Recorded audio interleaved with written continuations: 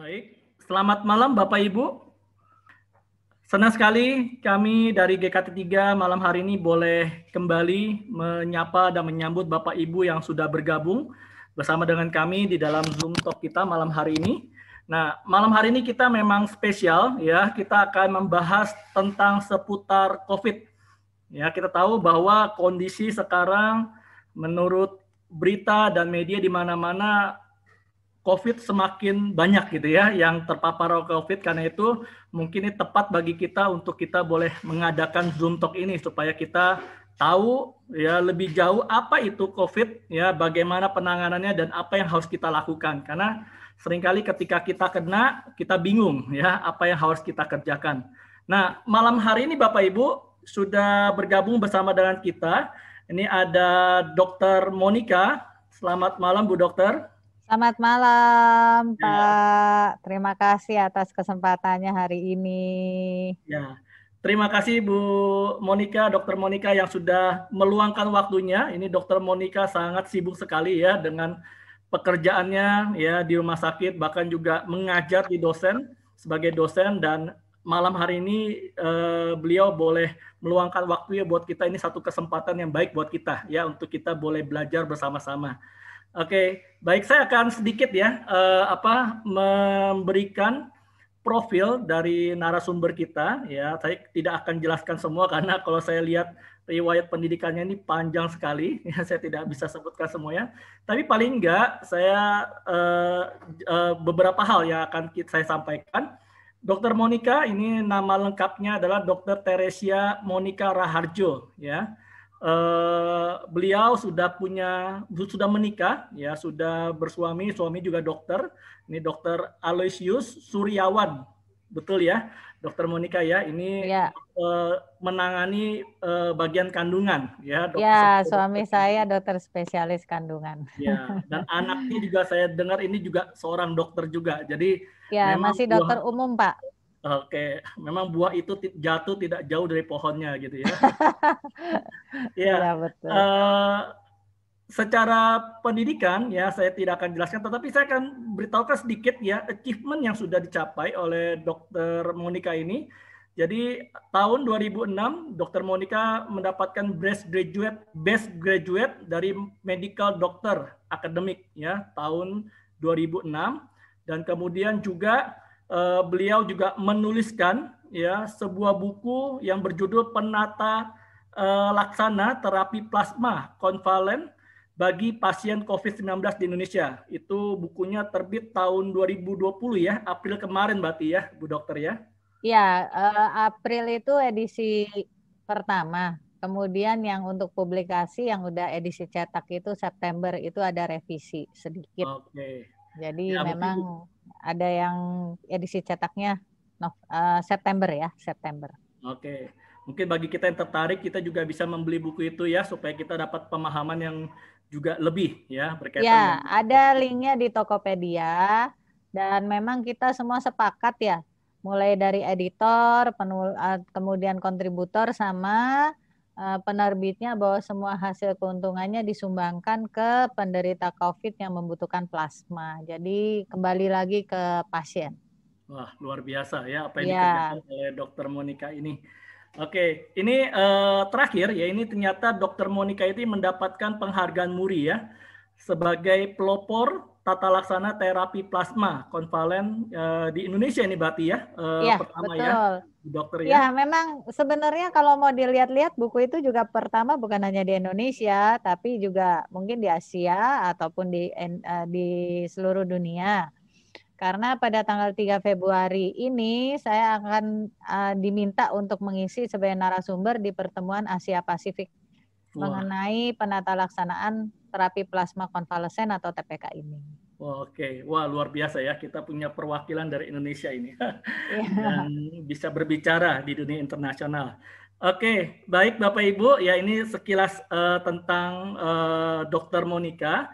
Nanti mungkin juga apabila dokter mau memperkenalkan sedikit juga silakan ya. Kayaknya udah cukup Pak. Cukup ya. Oke, baik. Bapak Ibu, nanti kami juga sangat mengharapkan Bapak Ibu bisa ikut berperan ya. Mungkin boleh bertanya, boleh sharing mungkin apa yang tidak diketahui tentang COVID atau mungkin seputar COVID, bagaimana menanganinya. Ini mungkin hal-hal yang umum ya. Silakan boleh berinteraksi dengan kita nanti di Zoom meeting kita. Ini ada fitur chat ya, silakan dimanfaatkan karena mungkin saya tidak akan memberikan untuk kita berbicara langsung gitu ya. Jadi silakan semua pertanyaan bisa dilayangkan di grup chat kita supaya bisa mengakomodir semua orang yang mau bertanya pada malam hari ini ya, supaya waktu kita bisa lebih kita maksimalkan ya untuk tanya jawab pada malam hari ini. Baik, saya juga akan ingatkan lagi acara kita ini kita batasi sampai pukul 8 malam ya. Jadi tapi kemungkinan tadi saya sudah bicara dengan Dokter Monica, katanya dia siap gitu ya apabila ternyata lewati waktu karena begitu banyaknya animo pertanyaan yang muncul nanti ya. Terima kasih Dok untuk pelayanannya. Kebetulan malam ini memang lagi ada waktu karena kegiatan di fakultas sama kegiatan di rumah sakit juga lagi off dulu. Kegiatan di BNPB di mana saya sebagai sub bidang terapi plasma itu ya memang setiap hari, tapi ada juga bisa Zoom secara daring. Jadi setidaknya saya masih bisa di Bandung, tapi kalau memang perlukan saya memang harus bolak-balik Jakarta. Oke, baik. Terima kasih. Oke, kita akan segera memulai ya. Mungkin bisa sebelum kita mulai bisa minta Bu Melani, penginjil Melani untuk berdoa buat kita pembuka. Nanti setelah itu saya serahkan ke Dokter Monica ya untuk menyampaikan materinya malam hari ini. Baik, Bapak Ibu, Saudara yang terkasih dalam Tuhan, mari kita bersama-sama berdoa. Bapa kami yang ada di dalam kerajaan surga, kami mengucap syukur ya Tuhan, untuk anugerah yang Tuhan berikan bagi kami, untuk satu kesempatan yang luar biasa, Engkau sudah mengutus akan anak-Mu yang setia, Dr. Monica, yang sudah Tuhan percayakan dengan segala yang sungguh Tuhan Engkau sudah berikan di dalam dirinya, sehingga Dr. Monica boleh dipakai menjadi saluran berkat bagi banyak orang. Dan pada hari ini kami akan bersama-sama mendengarkan pemaparan dari beliau seputar COVID-19. Kami sungguh serahkan Tuhan semuanya kepada Engkau, supaya segala sesuatunya boleh berjalan dengan baik.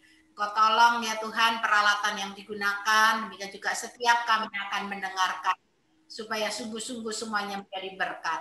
Terima kasih Bapa, di dalam nama Yesus kami berdoa. Amin. Baik, silakan Dokter Monica boleh menyampaikan materi buat kita semua. Iya, saya izin share screen ya. Oke.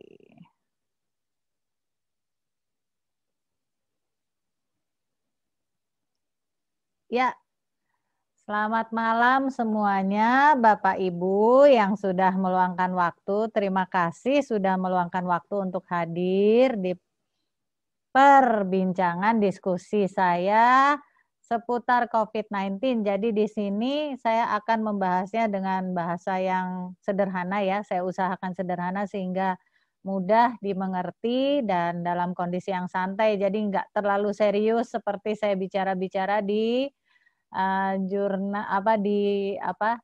kesempatan atau seminar dalam dan luar negeri ya. Jadi kita akan membahas seputar COVID-19 sehubungan dengan saya spesifikasinya di terapi plasma konvalesen. Dan terapi plasma konvalesen TPK ini juga sebenarnya sudah dibawa juga oleh BNPB sebagai salah satu cara untuk menurunkan angka kesakitan dan kematian serta meningkatkan angka kesembuhan. Jadi saya akan memberikan pembekalan juga di sini untuk Bapak dan Ibu supaya tidak terlalu tidak terlalu asing dan dapat bisa mendapatkan plasma pada waktu yang tepat sehingga tidak terlambat ya. Ya, kita mulai dulu nih. Kita nih sebenarnya kan agak-agak bingung gitu ya, virus SARS-CoV-2, nama virusnya itu adalah SARS-CoV-2. Sedangkan penyakit yang ditimbulkannya disebutnya COVID. Ya kan? Coronavirus disease sebenarnya itu COVID-19 itu. Ya. Jadi kekerabatan virus yang menyebabkan COVID itu sebenarnya kayak 4 saudara, ya. Jadi virus COVID ini atau corona ini ada 4 bagian atau 4 saudara, ya. Ada alpha coronavirus, ada beta coronavirus, kemudian ada delta dan ada gamma. Nah, virus COVID-19 ini yang sekarang yang sedang wabah ini termasuk beta coronavirus. Jadi kalau ngedengerin berita-berita yang simpang siur itu menyatakan virus ini asalnya dari binatang atau apa, itu sebenarnya merupakan dugaan. Ya, dugaan, asumsi, walaupun kita tidak bisa menyatakannya 100%. Nah, disebutnya kenapa dari kelelawar? Karena virus SARS-CoV-2 dengan virus SARS, dengan virus MERS, kemudian juga itu berasal dari keluarga yang sama dengan virus-virus yang ada di kelelawar.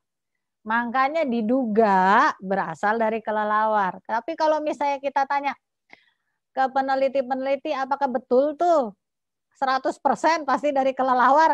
Ya nggak bisa juga ya Pak ya.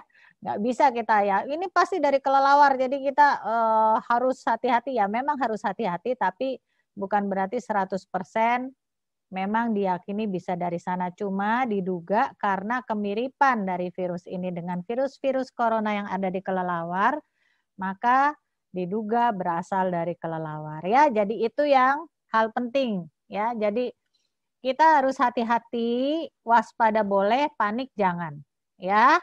Nah, ini adalah struktur dari virus COVID itu. Kenapa kita namanya coronavirus? Ya, coronavirus itu karena bentuknya seperti mahkota, corona. Jadi dinamakan coronavirus. Nah, kalau kita lihat nih, di pemeriksaan-pemeriksaan sekarang kan udah tahu ya, pemeriksaan PCR swab, ada city value. Ya, semua orang pasti udah tahu city value. Pokoknya udah tahu aja. Nah, city value itu biasanya diperiksa atas gen-gen ini. Ada gen amplop atau envelope atau gen N atau spike atau membran atau misalnya RNA-nya yaitu RNA dependent RNA polymerase. Ya kan, RDRP. Kan biasanya kalau kita lihat city value Bapak sama Ibu nanti perhatikan deh. Kalau ada kerabat atau apa yang di city value-nya ada N, ada E, ada RDRP, nah itu berarti bagian-bagian dari sini yang diperiksa. Ya, jadi ini pengetahuan yang memang sebaiknya Bapak sama Ibu ketahui. Jadi kalau nanti periksa ada yang positif, lihatlah city value-nya, Pak, Bu. Di situ akan tercantum gen apa saja. Nah, kalau city value-nya di atas 30, agak tenang. Kalau city value-nya kurang dari 30, nah itu harus waspada. Kenapa? Karena semakin besar nilai city value, virusnya semakin sedikit. Semakin kecil nilai city value, virusnya semakin banyak. Jadi kalau pertama city value sudah keluar 15, sudahlah, mendingan cepat-cepat cari plasma. Apalagi kalau orangnya tua umurnya, ada penyakit penyerta, diabetes, ada penyakit hipertensi, sebaiknya udah disiapkan. Karena saat ini plasma itu antriannya di PMI 50-100 antrian untuk setiap PMI. Sehingga mendapatkan plasma itu sulit.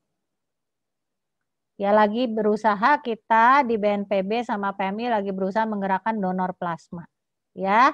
Jadi itu ya yang Bapak Ibu sebaiknya ingat. Nah ini siklus hidupnya nih.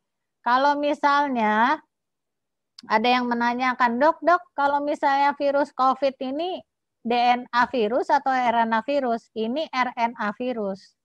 Jadi dia menggunakan tentakelnya yang namanya tadi protein S. Nah ini nih protein S tadi ya. Ini taruh.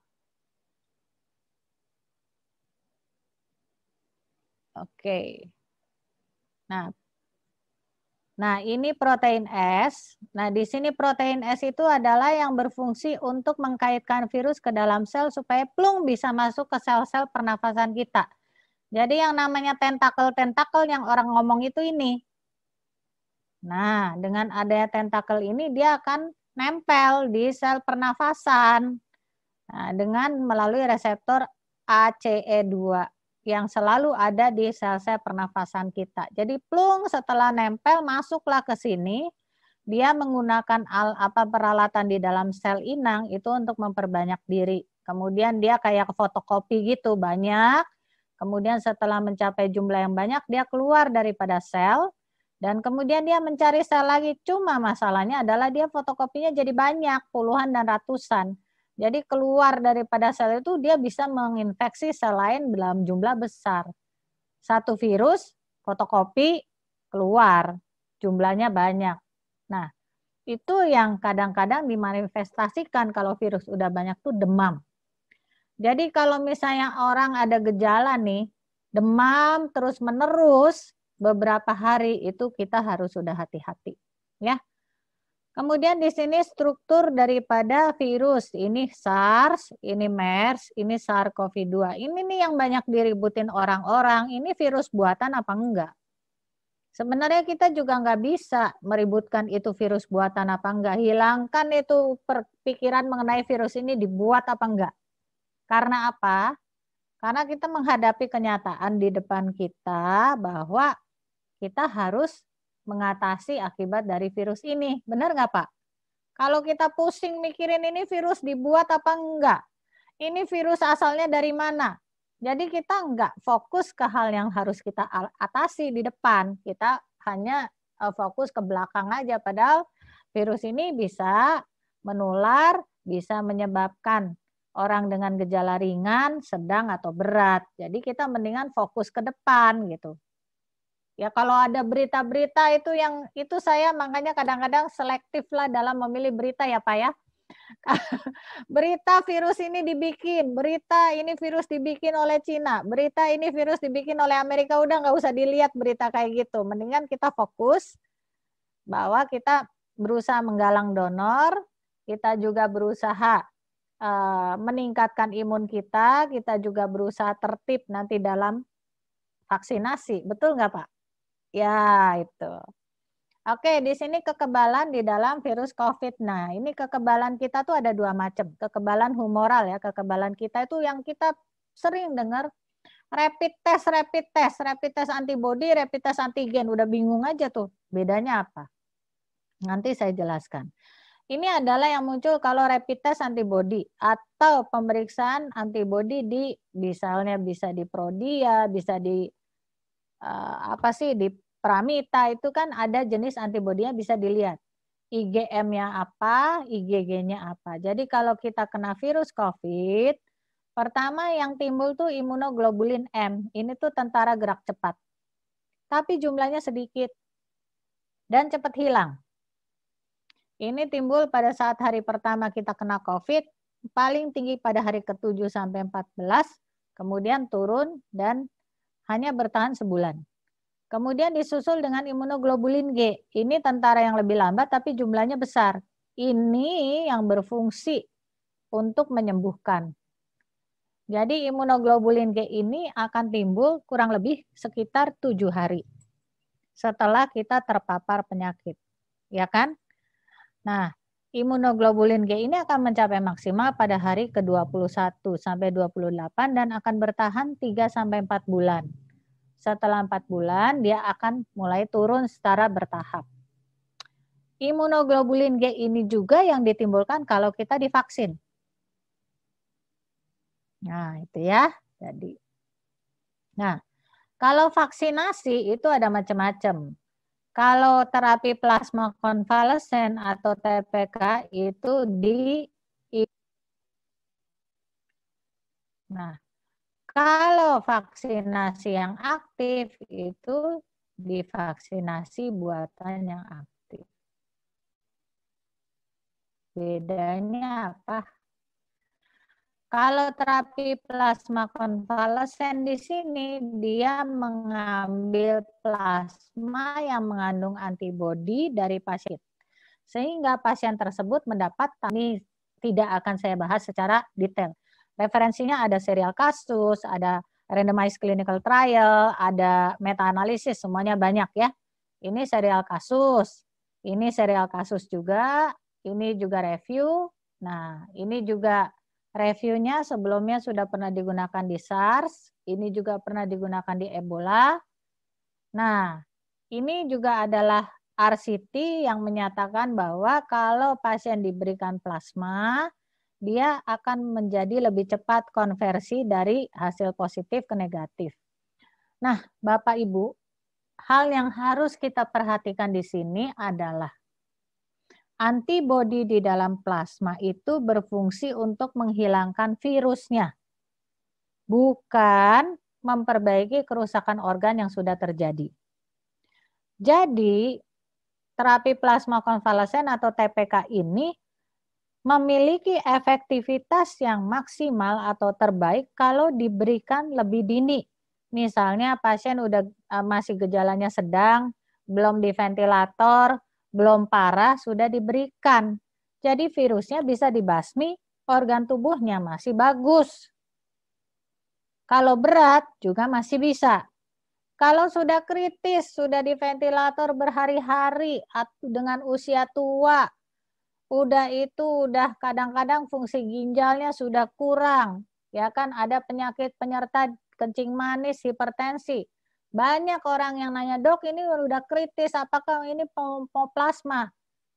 Dan kebanyakan saya bilang, apakah Bapak atau Ibu tahu tidak prinsip dasar daripada terapi plasma? Karena kalau sudah dikasih plasma dan meninggal, nanti yang disalahkan plasmanya. Padahal pemberian plasmanya terlambat, orang sudah mau meninggal baru dikasih plasma. Itu adalah hal yang kurang tepat. Seharusnya plasma diberikan lebih awal, di saat belum ada kerusakan organ. Bagaimana caranya dok mendapatkan plasma? Pertama harus diskusi dengan dokter penanggung jawabnya, DPJP-nya. Dari keluarga bisa menggunakan hak otonomi pasien. Dokter, saya minta keluarga saya, ibu saya, bapak saya, keponakan saya, anak saya di plasma.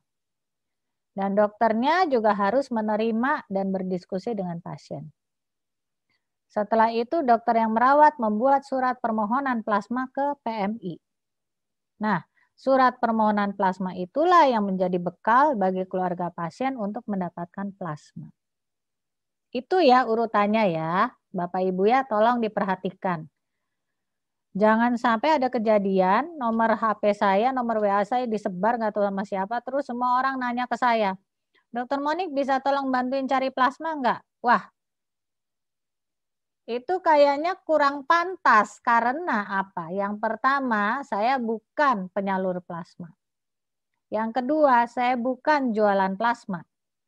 Yang ketiga, itu setiap pasien atau keluarga pasien harus aktif berkoordinasi dengan dokternya dan sesuai dengan jalur yang saya jelaskan tadi, setelah mendapatkan surat permintaan plasma, itu langsung berkoordinasi dengan PMI dengan membawa surat.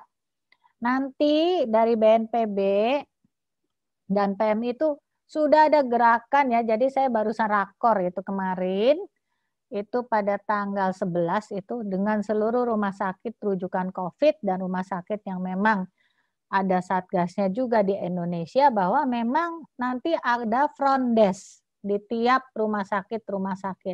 Front desk itulah yang akan menjaring pendonor. Jadi bapak-bapak sama ibu-ibu yang dulunya pernah menjadi penyintas COVID dengan gejala sedang terutama itu diharapkan menjadi donor. Ya. Jadi itu sebenarnya ya dari data rumah sakit nanti akan diinfokan ke BNPB dan PMI.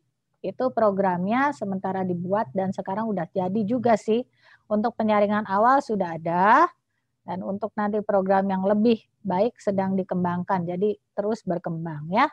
Jadi ingat ya Bapak Ibu, untuk mendapatkan plasma bukan ke saya, tetapi diskusikan dengan DPJP-nya. Iya Pak, soalnya saya dihubungi terus, sudah itu kalau saya jelaskan ada yang agak-agak bikin kesel karena marah-marah gitu. Dokter nggak mau nolong saya, gimana saya mau menolong kamu gitu kan.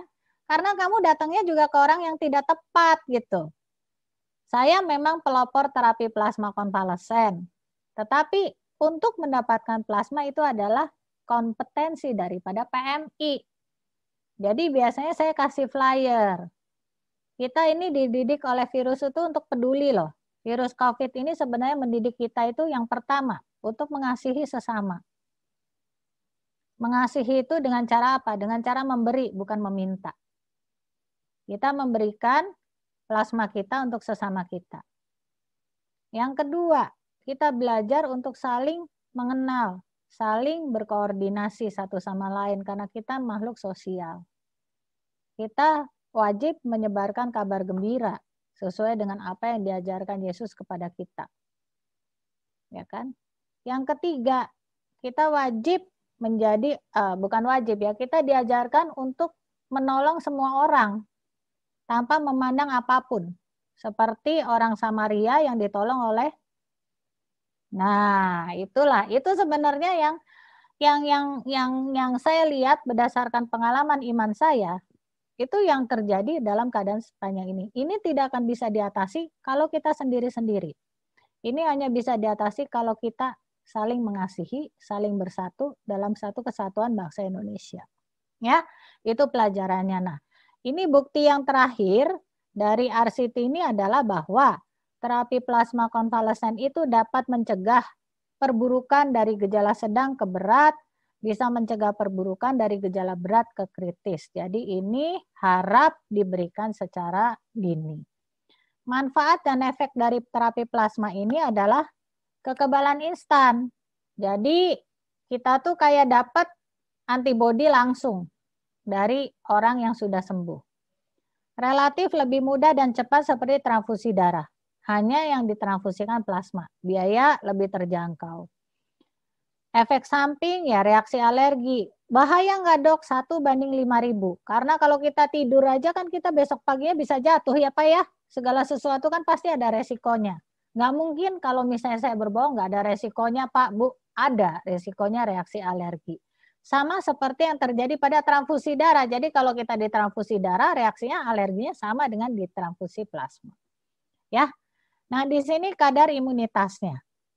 Kita perhatikan kalau tanpa gejala itu sekitar 30%.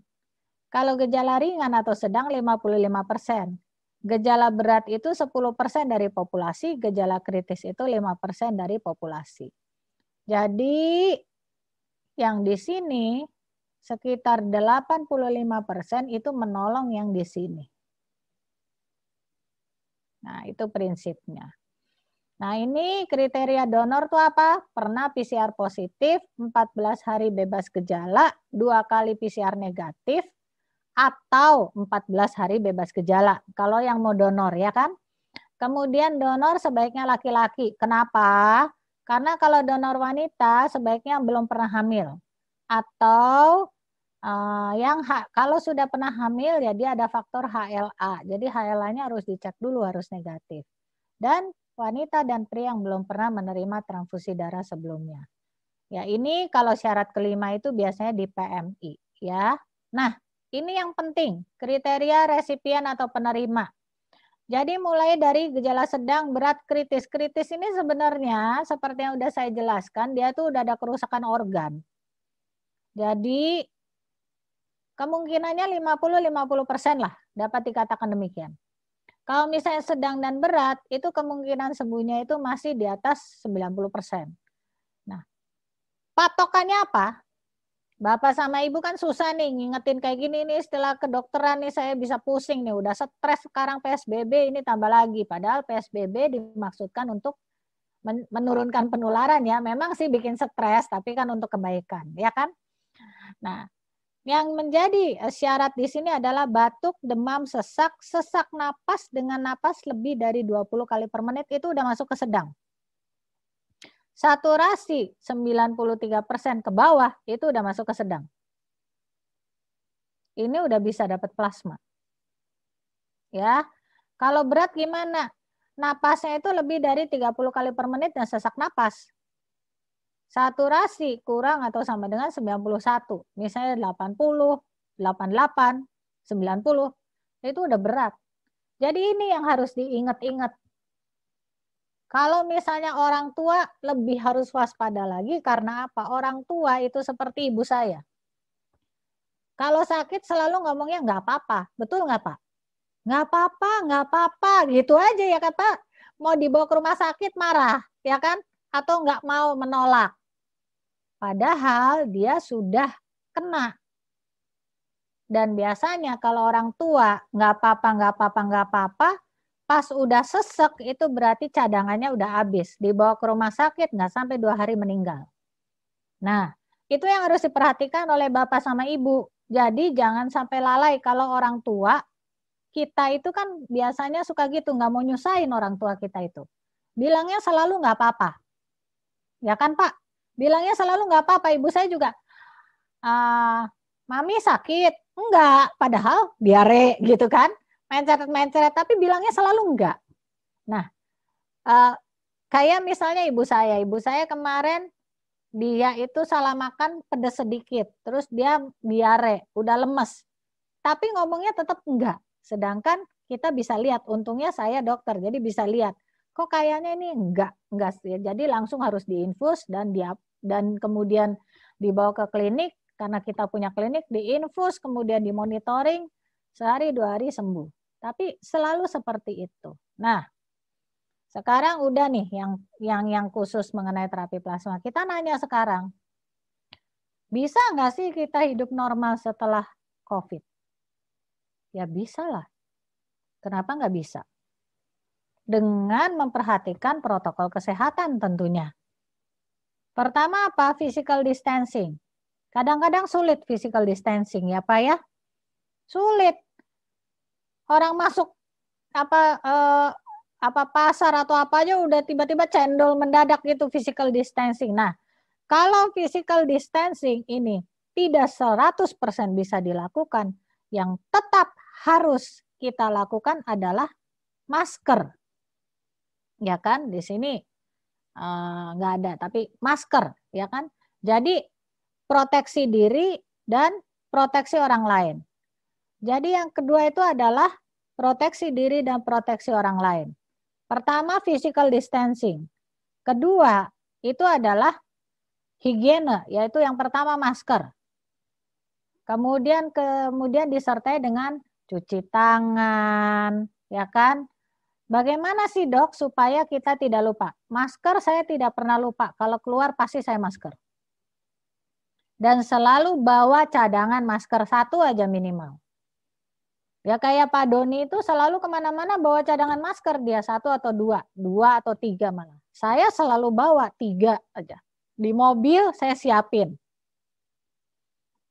Ya kan, jadi jangan bilang saya misalnya saya nggak boleh dong dokter tapi nggak melaksanakan prokes, itu memberikan contoh yang tidak baik. Ya kan? Masker tidak boleh lepas. Ingat, masker tidak boleh lepas. Dan Bapak Ibu hati-hati, suka lupa kalau ke toilet. Nah, toilet itu merupakan salah satu tempat di mana penularan paling sering terjadi, tapi kita seringnya lupa.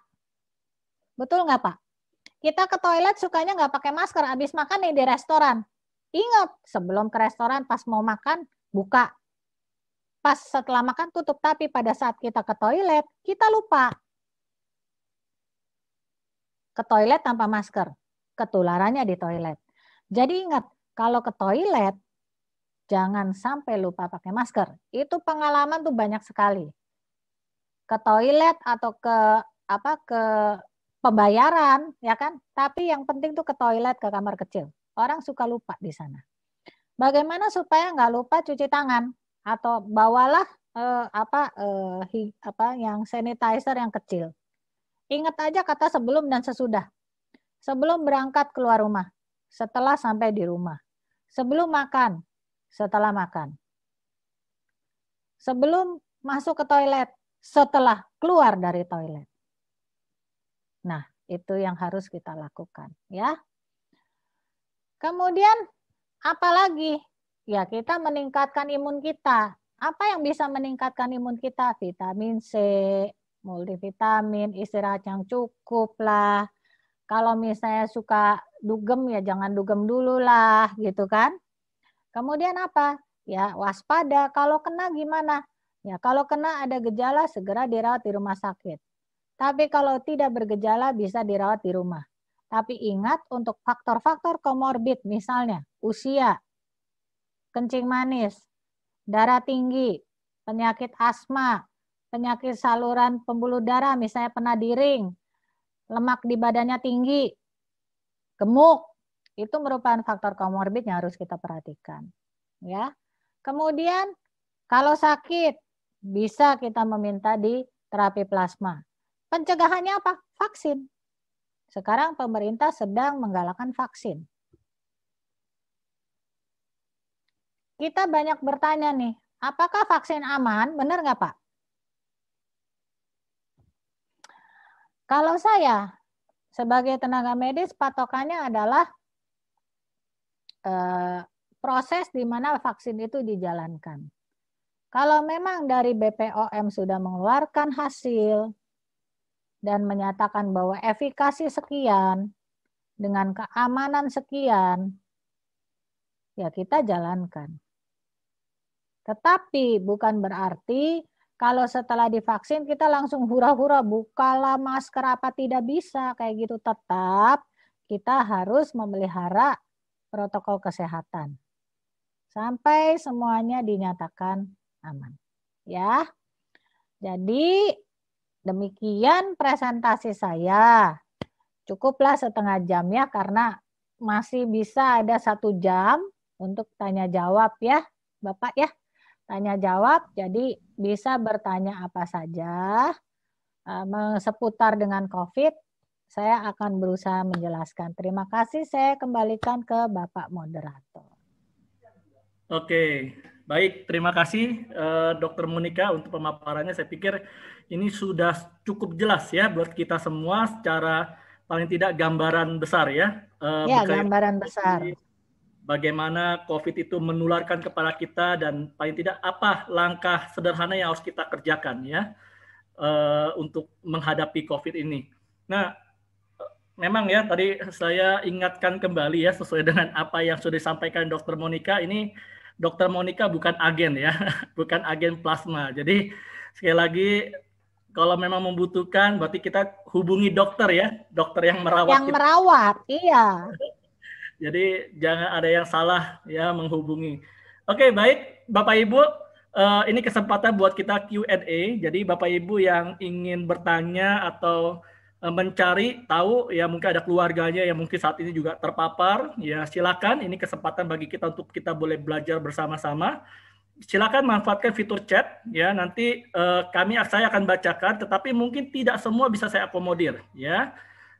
Saya akan melihat apakah ada pertanyaan-pertanyaan yang sama. Nah itu saya akan pertanyakan. Jadi silakan Bapak Ibu bisa menyimak ya di dalam sesi Q&A ini. Oke, mungkin sambil menunggu Bu Dokter ya mungkin ada jemaat yang lain atau partisipan yang lain mau bertanya. Ini bagaimana Bu? Ini kan kalau tadi bicara tentang bahwa tadi dari ringan sampai sedang ya itu kriteria itu masih bisa diberikan terapi plasma gitu ya. Nah, itu bisa menolong untuk penyembuhannya karena 72% virus itu mati betul ya. Kalau tadi saya lihat dari 87%. Ya, maaf ya. Jadi, nah itu bagaimana? Apakah kalau memang pasien tersebut sudah sembuh, nah dengan terapi plasma itu apakah mungkin itu bisa kambuh lagi? Karena kalau saya dengar dari berita bahwa pasien sembuh pun itu tidak menjamin kalau dia tidak akan kambuh lagi gitu atau terserang kembali gitu. Kita tidak ada masalah kambuh di sini karena beda antara reinfeksi dengan reaktivasi. Kalau reaktivasi atau kambuh itu berarti virusnya masih ada di dalam tubuh kita. Tapi kesembuhan itu dinyatakan dengan PCR negatif. Bahkan ada yang mensyaratkan PCR negatif 2 kali untuk donor. Berarti sama sekali virusnya sudah tidak ada di dalam tubuh kita. Jadi yang ada adalah reinfeksi. Nah, selama ini saya belum pernah mendengar pasien-pasien yang diterapi plasma itu terinfeksi kembali. Yang ada adalah pasien-pasien yang sembuh yang kemudian terinfeksi kembali. Nah, itu bisa terjadi dengan porsi yang sedikit, tapi bisa terjadi kalau Ya, pertama, tubuh kita tidak membentuk antibodi yang cukup. Tetapi, kalaupun memang membentuk antibodi yang cukup, kita jangan bergembira gitu bahwa kita pasti akan kebal selamanya. Ya kan? Karena kalau misalnya kita tidak menjaga protokol kesehatan pun, kita bisa terserang kembali, terutama pada orang-orang yang memiliki kekurangan dalam menghasilkan antibodinya. Itu. Makanya kita dengarkan, ada orang yang tadi udah sembuh bisa reinfeksi lagi, ya bisa gitu. Kalau misalnya kalau kita terserang virus ya COVID ya, kita itu kan menghasilkan antibodi yang humoral. Tetapi sel-sel seluler kita, pertahanan tubuh sel-seluler kita ada yang namanya sel memori. Nah, jadi kalau misalnya suatu saat di mana misalnya 6 bulan lagi atau berapa bulan lagi, pada saat antibodi kita sudah turun, kita terkena yang sama, itu sel memori kita nyolek nih. Hey, kita ini ada virus yang sama, cepat itu antibodi yang humoralnya dihasilkan. Nah, oleh karena itu biasanya kalau orang yang sudah kebal, dia kalau terpapar lagi, dia tidak kena. Tetapi ada orang-orang yang sel memorinya tuh agak lemot gitu. Bahasanya kan karena saya menerangkannya itu ya, kalau misalnya ke tenaga medis itu kan ya bisa langsung ini kan dengan bahasa yang wah kelihatannya bahasanya yang nggak antah berantah gitu. Tapi kan kalau ke orang biasa ya saya pakai istilah yang lucu-lucu aja supaya gampang diingat. Jadi sel memorinya lemot gitu kan. Ya kan lemot gitu, kayaknya agak-agak males gitu ya. Belajarnya itu seringnya bolos aja gitu kan. Jadi waktu ada virus masuk tuh dia lemot ngasih ininya, ngasih ingetannya gitu. Agak-agak molor-molor gitu kan. Jadi virusnya udah keburu banyak, dia baru halo-halo gitu, baru bangun dari tempat tidur gitu. Ya kena orangnya gitu loh. Seperti itulah ya. Jadi ini juga yang menyebabkan bahwa banyak sekali penelitian mengenai virus ini, variasi individunya tuh gede. Ya, jadi variasi individunya gede. Jadi sebenarnya virus ini mengajarkan kita itu untuk lebih berhati-hati dan lebih memperhatikan, terutama memperhatikan orang yang memang dengan komorbid ya kan. Kadang-kadang kan kita udah bilang, udah nggak apa-apa lah. Kadang-kadang banyak orang yang seperti ini Pak. Kalau mau saya bius juga saya kan kadang-kadang suka interview ya, wawancara dengan pasien-pasien. Ya saya ada penyakit gula nggak? Nggak ada sih dok, gitu ngomongnya gitu. Minum obat nggak? Minum sih, tapi sewaktu-waktu aja gitu. Nah itu loh, bandelnya itu loh. Jadi virus ini mengajarkan kita tuh untuk disiplin. Saya juga diajarkan untuk disiplin, lebih disiplin. Jadi disiplin, menjaga kebersihan, kemudian juga saling menghormati satu sama lain gitu kan. Kan kita pakai masker bukan buat diri kita sendiri, kita juga untuk mengasihi orang lain supaya orang lain juga kalau kita sakit tidak tertular. Seperti itu. Jadi itu sebenarnya. Jadi waspada, hati-hati boleh ya Bapak Ibu, panik jangan. Karena panik itu tidak akan menyelesaikan masalah. Tapi hati-hati, waspada itu akan membawa kita menjadi lebih terlindungi dan lebih baik. Ya, seperti itu Pak. Oke, baik. Terima kasih Bu Dokter. Ini ada pertanyaan yang saya akan mulai bacakan, tapi mungkin nanti untuk menghemat waktu mungkin dokter bisa menjelaskan secara ringkas gitu ya, padat supaya nanti kita bisa mengakomodir semua pertanyaan yang masuk. Betul. Ya. Oke, ini ada pertanyaan dari Bu Melani. Ada yang mengatakan begini dok, bahwa yang membuat positif menjadi negatif itu gampang, ya. Tetapi yang perlu diperhatikan adalah bagian tubuh mana yang diserang. Artinya ketika sakit itu kan biasa ada gejala yang muncul ya. Nah itu gejala itu yang katanya disembuhkan terlebih dahulu atau bagaimana itu ya. Mungkin dokter bisa memberikan penjelasan ya. Intinya itu gejala itu ada karena adanya virus. Berarti virusnya yang harus dihilangkan. Selesai.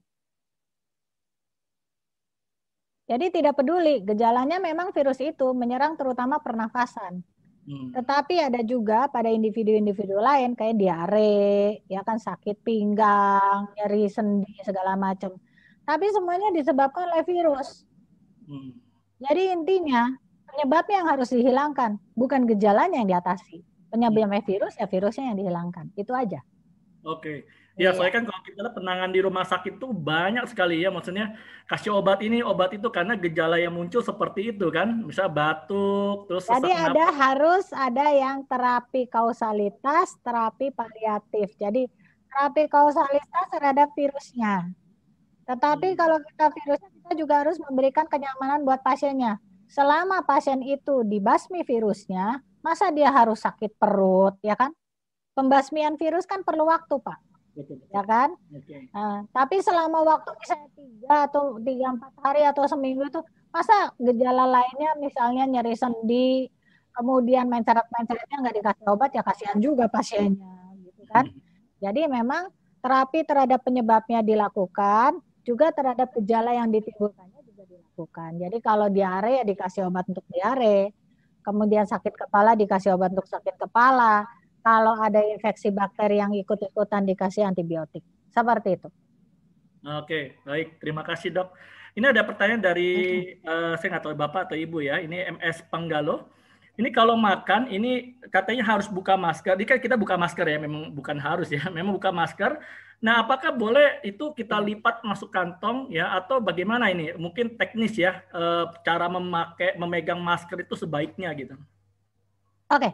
Masker itu yang bagian dalam kan sebenarnya yang melindungi. Berarti dilepatnya seperti ini gitu. Atau misalnya kita bawa tisu aja, dilepat kemudian dilipat. Ya kan, jadi jangan bagian dalamnya yang dikeluarin gitu. Nanti malah nempel kemana-mana gitu kan. Teplok aja di meja, dibalik itu teplok yang nempelnya ke meja. Siapa tahu ada virus yang nempel di meja sebelumnya ya jadi nemplok ke dalam bagian dalam. Nah, jadi kalau kita bawa masker, mau itu kan begini kan, ya ditangkupkan begini karena bagian dalamnya supaya terlindungi dari bagian luar. Nanti kalau misalnya udah ya dibuka lagi gitu, kita pasang gitu kan. Tapi jangan begini terus teplokin ke meja, kebalik gitu kan. Kalau misalnya maupun kita bawa tisu yang bersih, tisunya kan ada lipetannya seperti 2. Jadi masker di sini dilipatlah dengan tisu. Bisa gitu. Tapi jangan dibalikin ke meja. Kan kadang-kadang kita suka lupa ya Pak ya. Balikin aja ke meja gitu. Padahal di kayunya juga bisa ada. Seperti itu. Oke, baik. Ini pertanyaan lagi Bu Dokter dari Sintawong ya. Ini saya pernah kena COVID dan sudah sembuh. Nah, di klinik mana saya bisa ukur kadar antibodi dan kadar antibodi netralisasi saya? Kalau misalnya itu bisa di Kimia Farma. Tapi kalau kadar antibodi aja, imunoglobulin G aja, yang untuk keperluan donor itu bisa di Pramita juga bisa. Kalau nggak salah harganya 300.000 kalau nggak salah. Saya juga ceknya di sana sih. Gitu, seperti itu. Kalau untuk antibodi netralisasi itu agak sophisticated itu. Biasanya di PMI itu bisa diukur. Jadi kalau misalnya memang mau ngedonor bisa langsung ke PMI, tapi jangan lupa bawa hasil tes PCR-nya yang udah negatif. Jangan ujuk-ujuk datang ke PMI saya mau donor tapi nggak bawa apa-apa, nanti disuruh pulang lagi, marah lagi, ribut lagi, berkelahi lagi ya, jangan gitu. Jadi sebelum ke PMI mau ngedonor, telepon PMI, saya mau ngedonor nih, apa aja yang harus saya bawa gitu. Tapi nanti juga ada websitenya khusus, kalau yang mau ngedonor bisa ngedaftar di situ, nanti bisa dipanggil. Ya itu seperti itu. Tapi hasil PCR-nya jangan lupa yang negatif dibawa. Ya. Sama KTP segala macam itulah. Oke Dok, ini ada pertanyaan lagi ya dari Pak Hendrik Richard dan mungkin ini pertanyaan hampir sama dengan Pak Bayu ya. Ini bicara tentang tadi kan orang yang bisa diambil plasma darahnya ya, untuk jadi donor juga. Nah, ini kalau tadi memang sudah dijelaskan kriterianya. Nah, tapi bagaimana dengan orang yang masih gejala ringan? Apakah ini sudah boleh diambil ya plasma darah? Oke, terus ini juga lah ya, sekali menyambung ya. Ini ada yang mungkin penyintas ya, misalnya dia sudah sembuh dari COVID ini dan kemudian mau jadi pendonor. Nah, apakah ada batasan waktu tertentu atau bulan apa gitu, berapa bulan baru dia bisa menjadi 3-4 bulan itu di dalam kurun waktu itu harus segera mendonor, jangan lebih. Kecuali ada kejadian, jadi dia itu mendonor udah 11 kali. Jadi ada kecenderungan bahwa orang yang sering mendonorkan plasmanya, kadar antibodinya bertahan lebih lama. Karena apa? Setiap kali plasma itu diambil, tubuh itu akan memproduksi plasma yang sama. Dan itu dengan sendirinya itu kayak fotokopi. Makanya kadar antibodinya itu akan bertahan lebih lama. Nah itu makanya berdonor lah. Oh, berarti bisa Donor plasma. berdonor berkali-kali gitu ya? Iya. Jadi donor plasma itu bisa dilakukan setiap 14 hari. Nah, biasanya setelah bulan ketiga, PMI itu melakukan pengecekan kadar imunoglobulin G. Kalau misalnya masih tinggi, tetap diambil. Dan bahkan sampai ada yang sampai 6 bulan, karena dia rajin. 11 kali kan berarti 6 bulan kan? Hampir 6 bulan. Kadar antibodinya masih tinggi terus. Gitu loh. Jadi memang berdasarkan pengamatan, saya juga udah ngobrol dengan Dokter Linda dari PMI ya. Dokter Linda itu dia itu wakil PMI ya, orang kedua di PMI. Itu dia sama Dokter Ria yang di DKI ya, PMI DKI. Itu dia mereka menyatakan iya dok. Orang yang multiple donor itu memang kadar antibodinya itu bisa bertahan lebih lama. Demikian. Oke. Oh, berarti itu dalam kurun nyambung kita tadi berarti dalam kurun 4 bulan itu ya sudah bisa baru mendorot. Kalau lebih dari itu bagaimana, Dok? Nah, kalau lebih dari setelah 3 bulan biasanya PMI itu meminta pemeriksaan imunoglobulin G. Mereka melakukan itu. Oh, jadi kalau misalnya dilihat dari imunoglobulin G masih tinggi, ya berarti ya tetap bisa donor. Tapi biasanya kalau misalnya udah rendah tidak bisa gitu. Oke. Iya, ini pertanyaan lagi, Dok. Boleh. Dari Ibu Santi ya. Ini bagaimana cara kita mengetahui orang OTG ya? Apakah harus pemeriksaan rapid test atau mungkin ada hal-hal yang bisa kita deteksi secara pribadi gitu ya, berkaitan mungkin dengan tubuh kita atau orang-orang lain? Hal yang harus menjadi pegangan di sini adalah OTG sendiri singkatan dari orang tanpa gejala. Jadi adalah salah kalau ada yang bilang itu orang tanpa gejala kemudian setelah itu sesak, setelah itu mati. Pada saat timbul gejala, OTG sudah tidak bisa dipakai lagi. Karena OTG itu adalah orang tanpa gejala. Pada saat orang itu ada gejala, gelar OTG dia lepas. Jadi makanya kalau ada orang yang bilang dia itu OTG, tapi udah itu sesak napas terus udah itu mati. Ya berarti bukan OTG. Pada saat timbul gejala hanya ada satu aja gejala, dia udah bukan orang tanpa gejala lagi, dia orang dengan gejala. Makanya itu parameter yang salah ya, salah. Kalau ada OTG terus sesak terus mati disebutnya tetap OTG. Tidak. Orang itu udah jadi gejala gitu. Orang dengan gejala apa? Sesak gitu. Ya sedang. Karena udah lebih dari 20 kali per menit napasnya udah masuk sedang. Gitu. Oke. Mungkin berkaitan dengan tadi CT ini ya, Dok. Kan tadi kalau CT itu kan semakin tinggi, artinya kan virus itu kadarnya semakin sedikit gitu ya? Ya, betul. Nah, apakah CT itu juga mempengaruhi penularan itu gitu loh? Misalnya kalau CT-nya masih 36 ke atas, apakah itu punya potensi juga untuk menularkan?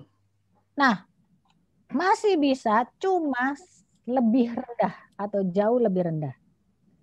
Ya, jadi tetap kita berpegang pada saat dia di atas 40 atau negatif baru tidak menularkan. Tetapi kalau di atas 30 itu untuk menularkan itu sangat minimal. Tapi bukan berarti nggak ada gitu kan. Oh, jadi saya udah 36 nih, batuk apa sembarangan ya? Enggak juga sih Pak, gitu kan. Enggak gitu-gitu banget, lebay gitu ya. Saya udah 36 nih, city value-nya berarti saya nggak menularin. Berarti saya batuk atau apa cuek aja.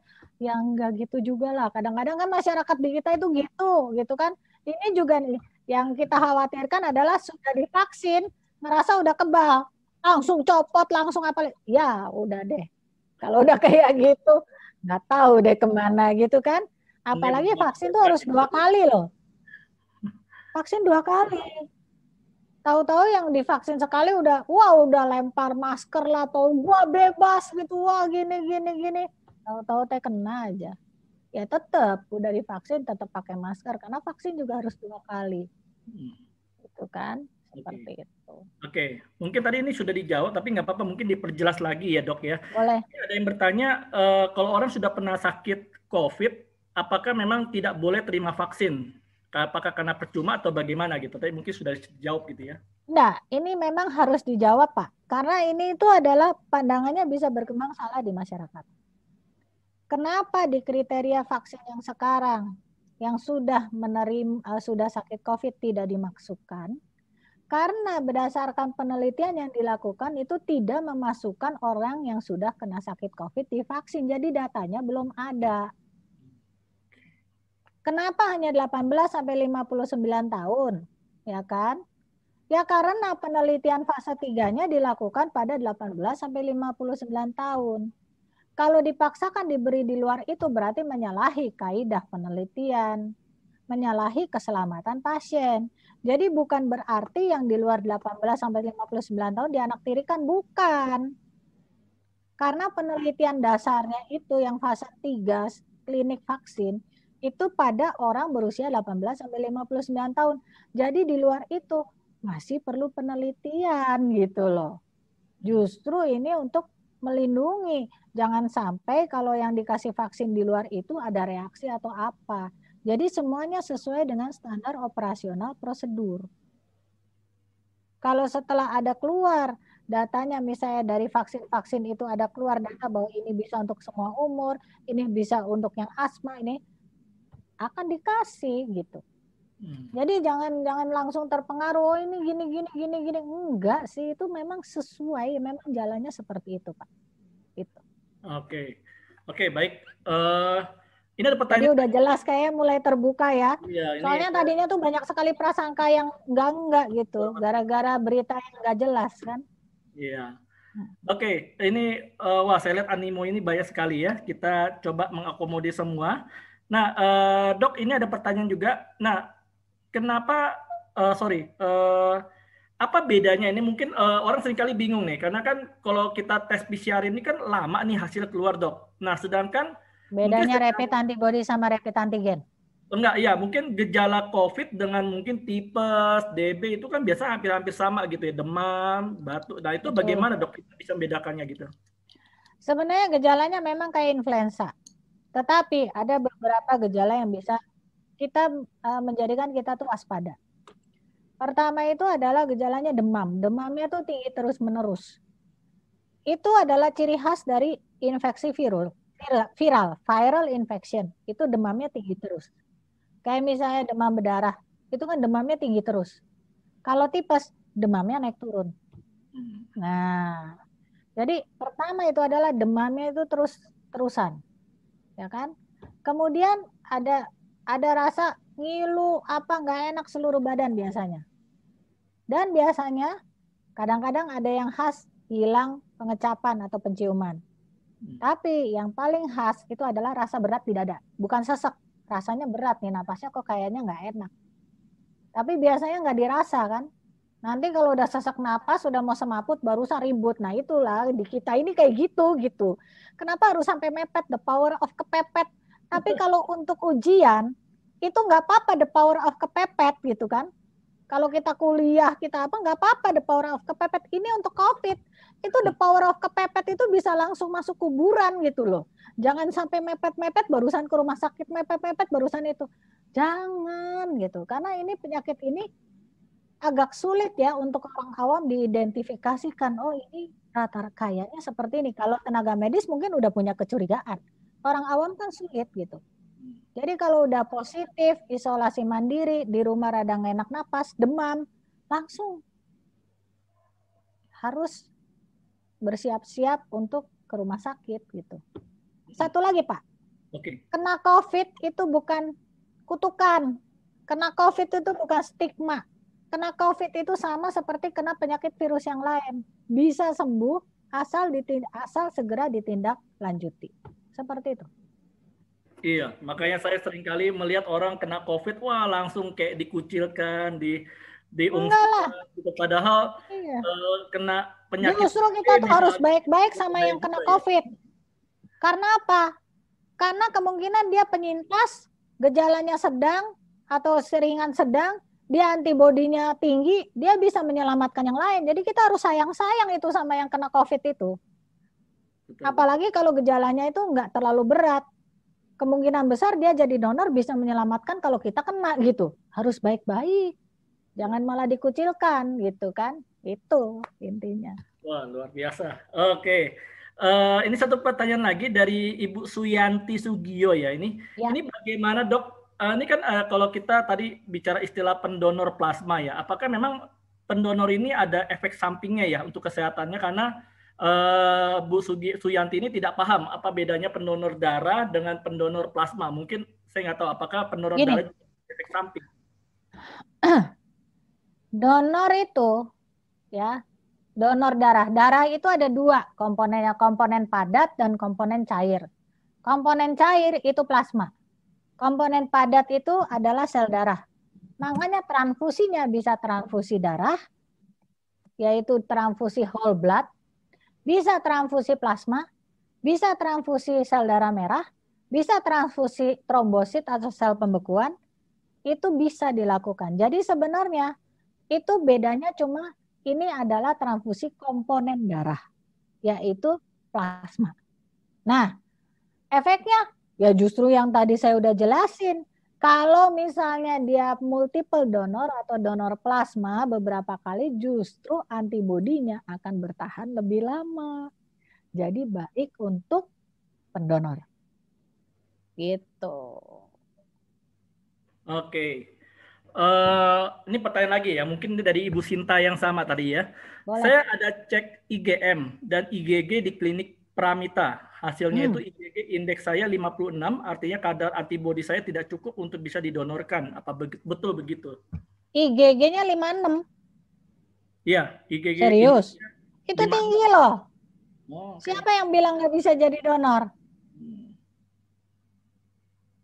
Ya. Ibu umur berapa? Langsung saya tanya. Ibu umur berapa? Iya, golongan darahnya apa? Loh, langsung.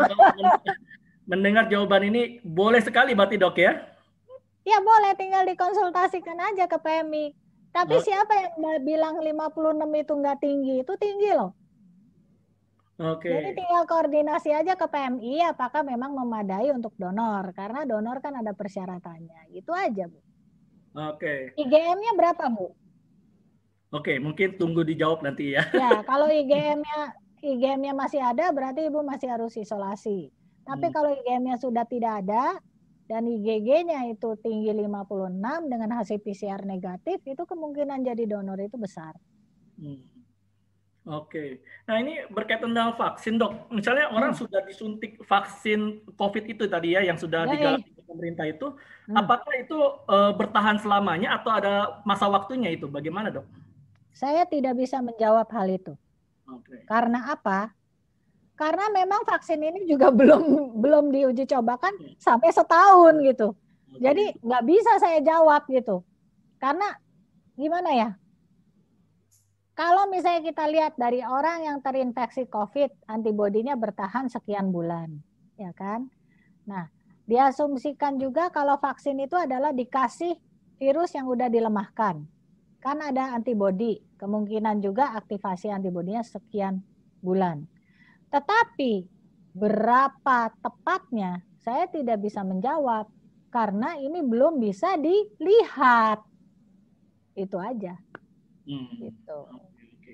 Dan itu bukan hanya di Indonesia loh.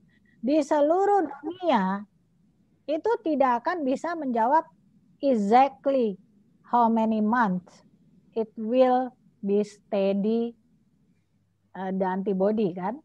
Ya, nggak ada yang bisa jawab gitu karena memang antibody belum ada datanya.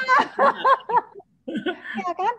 Jadi dicobakan di dalam masyarakat ya kita makanya itu kenapa prokes itu tetap harus ada gitu kan. Nanti kalau misalnya setelah setahun dan dilihat lagi datanya dilalapa dan bisa dipastikan oh ternyata seperti ini. Yang saat ini yang udah dipastikan adalah efikasinya dan keamanannya kan. Nah udah kita ikuti itu aja. Oke, baik. Silakan ya Bu Sinta. Tadi usianya berapa gitu ya? Iya gitu, langsung heboh. Ini ada pertanyaan lagi dok. Ini mungkin dari Pak Henry. Ini mungkin pertanyaan lebih teknis. Saya kurang begitu mengerti. Ini vaksin ada yang mRNA katanya. Terus bisa dijelaskan apakah mRNA itu semacam rekayasa? Nah, bagaimana kaitan mRNA dengan DNA manusia? Katanya dapat mempengaruhi ke DNA. Nah, gua lah. Master of Science saya itu dari genetika dan biologi molekuler, Pak. Jadi adalah sangat tidak benar tuh kalau misalnya dari vaksin itu sebenarnya ada 8 atau 9 macam, Pak. Ya. Ada yang menggunakan inactivated atau kill virus, the whole virus that has been inactivated or kill. Jadi virusnya itu yang diinaktivasikan atau dilemahkan atau dimatikan. Ada yang menggunakan sebagian daripada virus, misalnya protein S-nya. Nah, itu bisa dipotong, dimasukkan ke dalam DNA pembawa, vektor, bisa berupa DNA atau RNA. Bisa juga merupakan molekul virus yang lain, ya kan? Bisa juga berupa molekul pembawa yang lain. Jadi ada is around 8 to 9 ways to make a vaccine, ya. Jadi kalau misalnya vaksin dari molekul apapun, itu dia tuh fungsinya untuk mempertahankan, untuk menimbulkan antibody. Bukan berarti vaksinnya bisa masuk plung ke dalam tubuh kita, kemudian kita mutasi kayak X-Men gitu, enggak, Pak. Itu mah di film-film. Gitu ya. Jadi tenang aja, nggak akan ada yang terjadi seperti itu. Oke, baik. Ini pertanyaan lagi dari Pak Hendrik, ya, Pak Hendrik Richard. Ini kalau ada mungkin ada kasus ya, Dok. Ini ada saturasi yang saturasi oksigen itu masih bagus, ya. Mungkin kalau tadi yang bagus itu yang kriteria ringan itu yang 92 itu ya tadi ya. Kalau dari udah masuk berat itu. Udah masuk berat itu ya. Oke, pada CT-nya itu rendah dan sering batuk-batuk sehingga tidak bisa tidur. Apakah tidak apa-apa dengan pasien tersebut? Ya apa-apa, Pak. CT-nya berapa? Kalau belasan, batuk-batuk, ya kan? Itu kan kalau CT semakin rendah, virus semakin banyak, ya kan? Saturasinya itu tanpa oksigen beda dengan oksigen gitu. Tanpa oksigennya berapa? Itu yang patokannya. Kalau tanpa oksigen saturasinya udah 92, batuk-batuk, demam, CT-nya rendah, usianya tua, ya itu udah lampu kuning. Harus hati-hati. Monitor dengan ketat setiap hari, ya. Itu seperti itu. Oke. Mungkin kasus ini orangnya masih muda, Dok, gitu loh. Orangnya masih muda. Mungkin kalau CT-nya sekitar 19, 13 seperti itu, Dok. Tetap aja kita harus hati-hati, Pak. Karena gini, kita ini kebanyakan oke, kalau faktor komorbidnya usia, tetapi bisa nggak sih hal yang berat itu terjadi pada orang yang muda? Bisa. Bisa saja. Kadang-kadang orang lupa itu gendut apa enggak, ada penyakit paru-paru atau asma apa enggak, dia ada penyakit alergi apa enggak, itu kita lupa. Pikirnya kalau orang udah muda nggak apa-apa, tahu-tahu mendadak kenapa jadi berat gitu kan. Nah, tapi itu tetap aja kalau muda, setidaknya kita bisa sedikit menarik napas lega, tapi bukan berarti kita lengah. Tetap aja harus dimonitor, karena orang-orang muda juga kita harus lihat ya, sehat bugar 100% itu adalah sangat sulit ya dicapai ya. Dan ada berbagai faktor juga yang bisa mempengaruhi virulensi dari virus ini. Jadi memang usia memang merupakan salah satu komorbid, tapi bukan berarti 100% kalau usia muda itu tidak akan apa-apa. Jadi itu yang memang sebaiknya kita hati-hati. Tapi bukan berarti panik, bukan juga sih Pak, gitu kan. Tapi sebaiknya kita itu tetap hati-hati. Kalau misalnya ada demam terus-menerus, ada rasa berat di pernafasan, itu udah harus lampu kuning. Nah, itu aja. Itu saja. Tapi bukan berarti kalau udah semaput, kemudian udah kayak napasnya satu-satu, barusan panik. Ya enggak juga sih Pak, jangan sampai kayak gitu. Tadi ya, the power of kepepet ya. Iya, di sini nggak berlaku itu the power of kepepet gitu. Jangan ya Pak, Bu. Di sini harusnya adalah sedia payung sebelum hujan gitu. Itu yang lebih tepat gitu kan. Gitu. Oke, ini Dok, ini kan banyak beredar isu nih Dok, berkaitan dengan ini ngaku-ngaku obat COVID lah, seperti misalnya Lianhua, terus kemudian juga ini yang baru-baru ini viral tentang efek ivermectin gitu ya. Nah itu bagaimana? Apakah memang itu? Ya, ivermectin itu sebenarnya obat anti parasit. Oke. Saat ini digunakan untuk obat kutu anjing sama kutu kucing.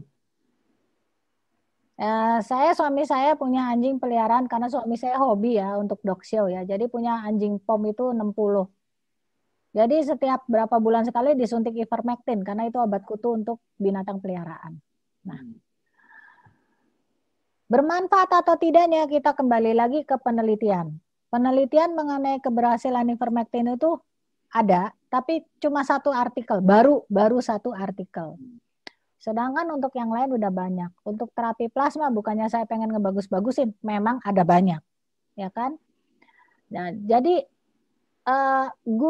segala sesuatunya sebaiknya dipertimbangkan dengan baik, gitu kan? Untuk penggunaan obat itu juga dipertimbangkan dengan baik, ya, misalnya ivermectin, ya. Kemudian obat apa lagi tadi, Pak? Lianhua itu, Dok. Lianhua itu sebenarnya adalah obat untuk menghilangkan gejala influenza. Nah, itu bisa membantu. Karena apa? Karena yang kan banyak sekali ini dimakan nih terus sembuh gini. Betul kan? Kan kita lihat tadi, 30% tanpa gejala. 55% gejala ringan sampai sedang. Saya sudah infokan tadi, virusnya harus dihilangkan. Tapi gejala yang menyertainya juga harus diobati. Betul kan, Pak? Gejala pegel-pegel, gejala nyeri sendi, gejala ngilu-ngilu itu bisa diatasi dengan obat-obat. Salah satunya adalah Lianhua gitu. Jadi kenapa orang merasa lebih baik?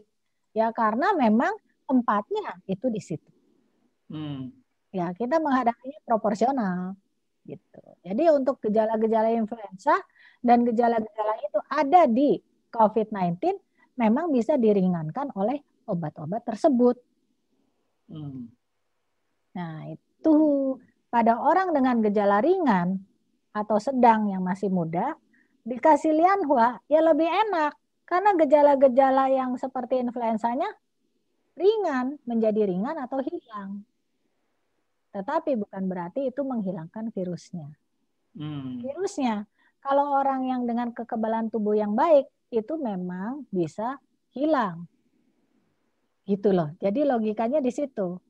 Virusnya hilang oleh kekebalan tubuh yang baik, gejala-gejalanya diringankan atau dihilangkan oleh obat-obat tersebut. Klop.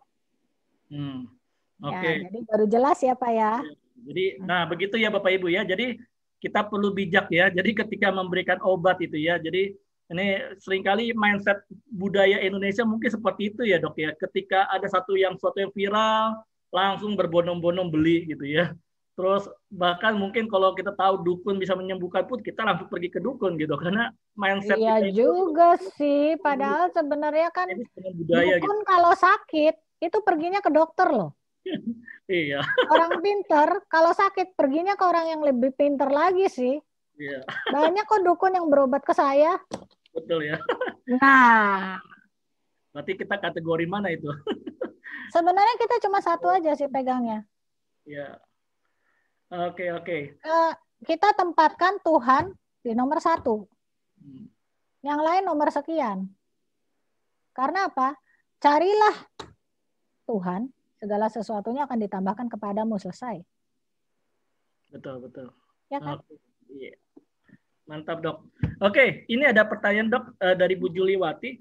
Nah, apakah ketika pasien itu meninggal karena COVID, terus di dalam tubuhnya juga itu virusnya ikut mati atau ada waktu tertentu? Makanya kan ada pasien ada yang waktu tertentu. Oh, dimakamkan dengan protap kan ya? Ya, memang tidak boleh diutik-utik. Karena pada saat orang meninggal karena COVID, dia itu masih bisa mensekresikan, menularkan virusnya. Makanya itu betul.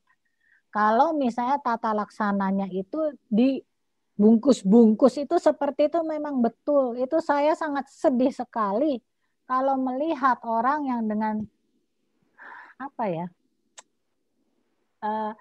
Ini pokoknya ini kan udah meninggal kan dalam periode waktu ya, misalnya beberapa jam ya, misalnya dalam 3 jam aja dia masih bisa ya kan. Tepatnya itu harus dicek lagi ya. Karena tubuh kita kan mengalami degenerasi atau pembusukannya itu kan makan waktu juga. Kaku mayat juga makan waktu. Jadi pada saat baru meninggal itu memang benar gitu loh. dia masih bisa menularkan. Jangan dibuka itu bungkusnya, nanti jadi klaster keluarga kemana-mana. Itu sedih banget saya. Gitu. Kadang-kadang kan orang tuh, apalagi gini, saya percayalah saya nggak akan ketularan lah, Tuhan akan melindungi saya. Itu kayaknya nantangin Tuhan itu, Pak. Ya kan?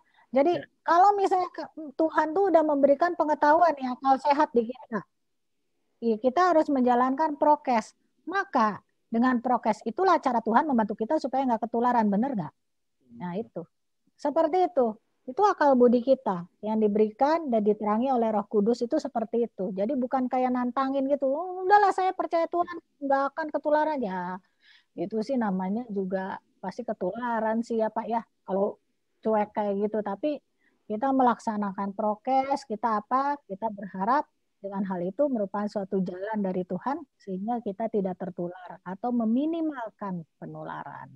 Itu seperti itu. Oke, ini pertanyaan lagi yang mungkin saya juga penting ini ya. Ini ketika ada orang positif COVID, ini kan sekarang semua dianjurkan untuk isoman gitu ya, Betul. Sendiri. Nah, itu bagaimana kira-kira karena rumah sakit itu full. Nah, itu Betul. sampai gejala apa itu sehingga itu perlu diwaspadai dan mereka harus segera ke rumah sakit. Nah, kemudian itu pertanyaan pertama. Yang kedua, Dok, ini kan mulai juga orang pakai oximeter itu ya, O2 itu yang untuk alat ukur mereka gitu ya, mengukur kadar oksigen dalam ini ya. Terus, nah itu standarnya berapa supaya kita tahu apakah memang kita terkena COVID atau tidak gitu? Tuh, kalau terkena COVID apa enggak sih standarnya itu adalah PCR, swab test positif. Ya, oke. Tapi kalau untuk ke rumah sakit setelah terkonfirmasi positif atau misalnya mencurigai, itu kalau misalnya yang tadi demam terus-menerus, rasa berat di dada waktu napas, dan saturasi 92. Tepatnya 93. 93 kurang dari 93 itu udah harus siap-siap. Oke. Berarti artinya oximeter itu tidak bisa jadikan alat ukur juga ya, karena ada orang-orang yang bisa di bawah 95 misalnya atau 96, oh itu berarti udah COVID gitu. Ada yang suka orang berpikir seperti itu gitu. Nah, saturasi normal itu 96 sampai 100%. Oke. Jadi kalau misalnya yang memang terjadi gangguan di pernafasan yang cenderung kepada COVID, itu kalau saturasinya di bawah 93 tanpa oksigen.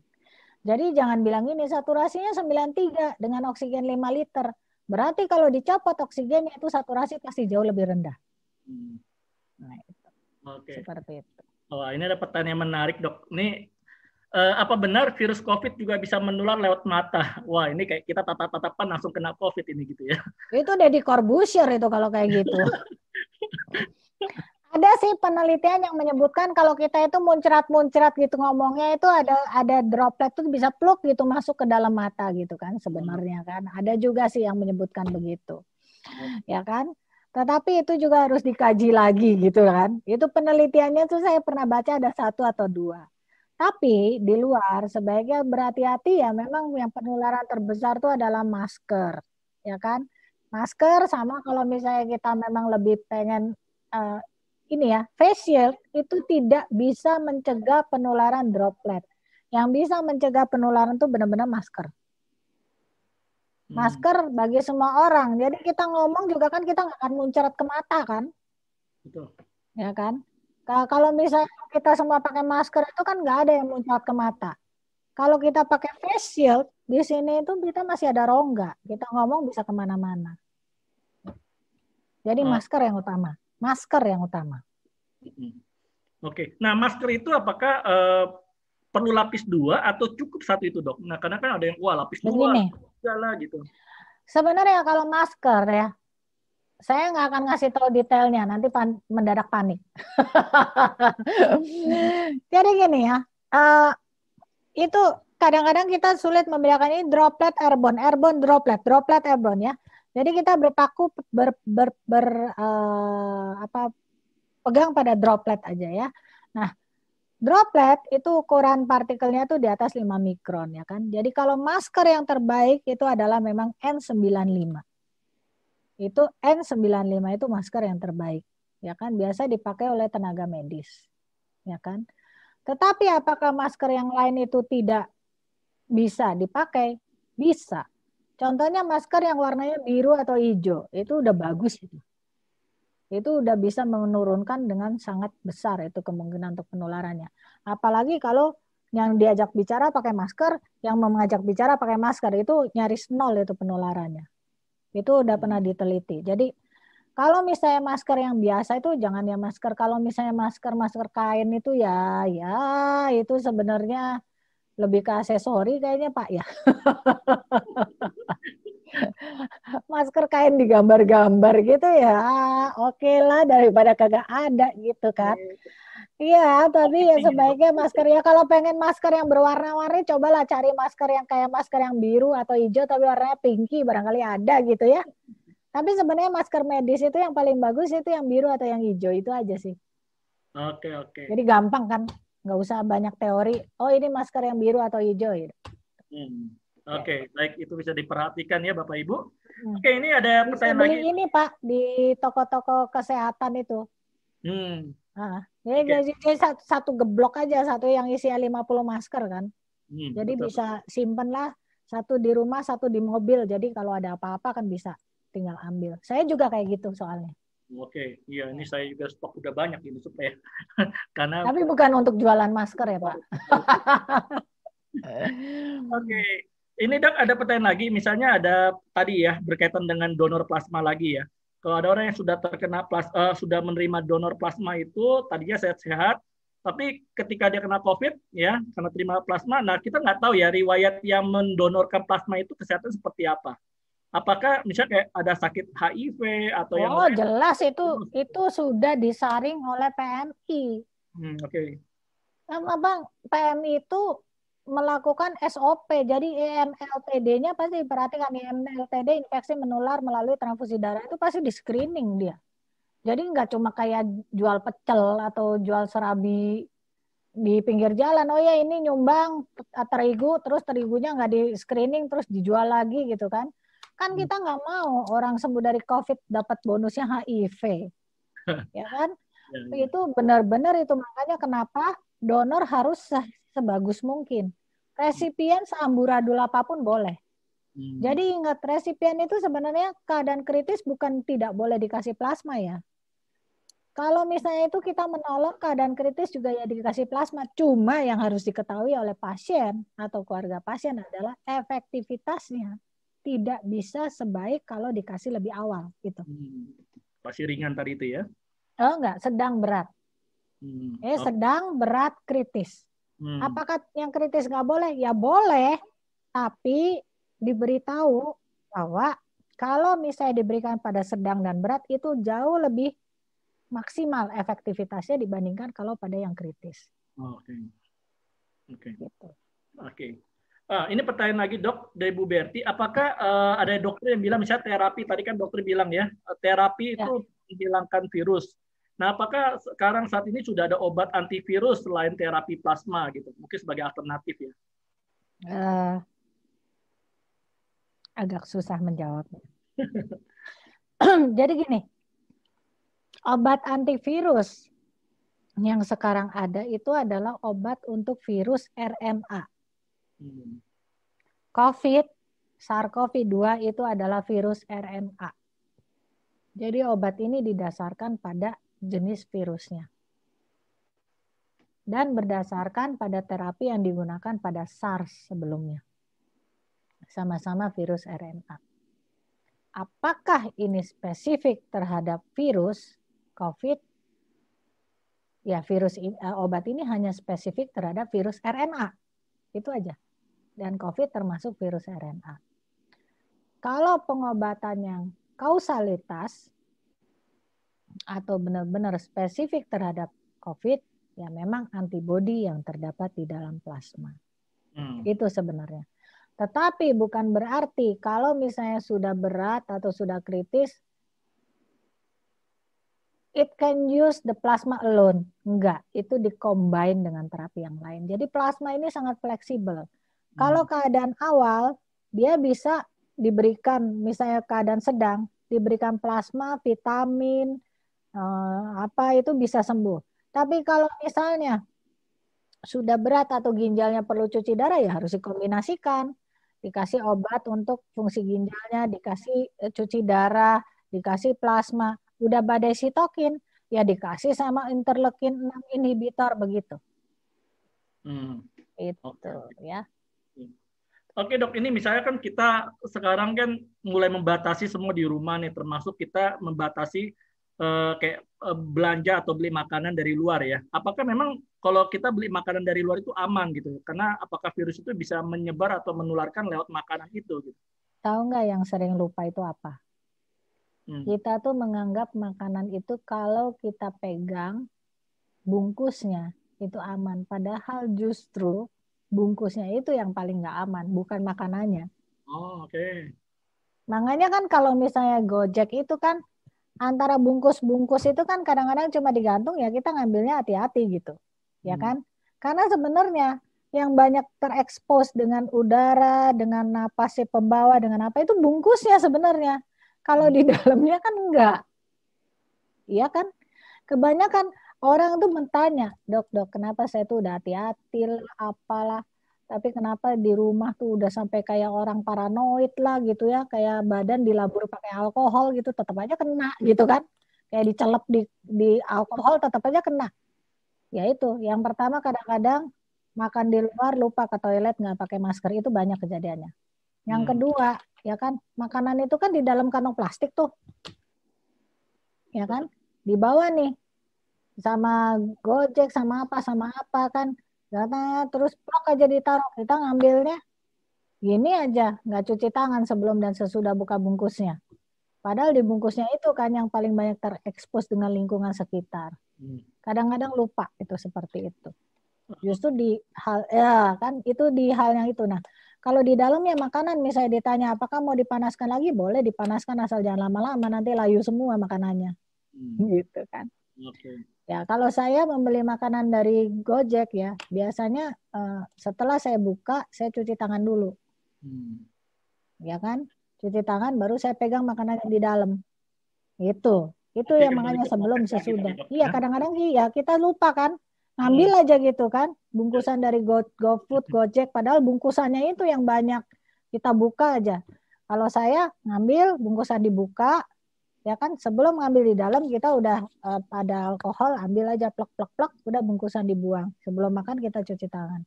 Ya memang seperti itu sebelum dan sesudah.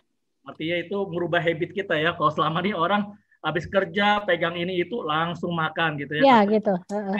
Tambahan. Tapi sekarang betul. Kan virus tambahan ya, bukan vitamin lagi. Iya, virus tambahan gitu. Jadi kitanya juga harus higienisnya juga bertambah gitu. Ini pendidikan buat kita diajarkan dari virus COVID ini ya. Kita dapat. Sebenarnya ini merupakan hal yang harus dilakukan karena kalau saya ke Jepang, mereka itu udah terbiasa melakukan hal itu. Oke. Saya ke Jepang sering 3 kali atau 4 kali sehingga visanya multiple karena saya suka di Jepang.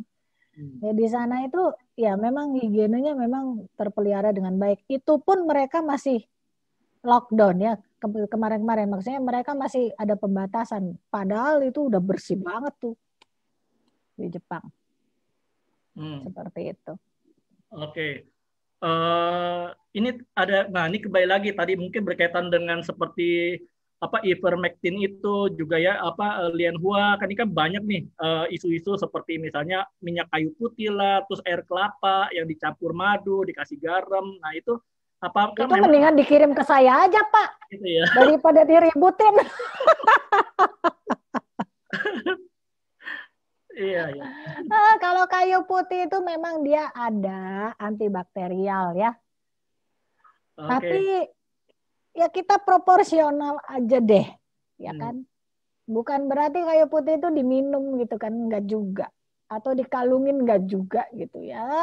Sesuai aja lah proporsinya gitu.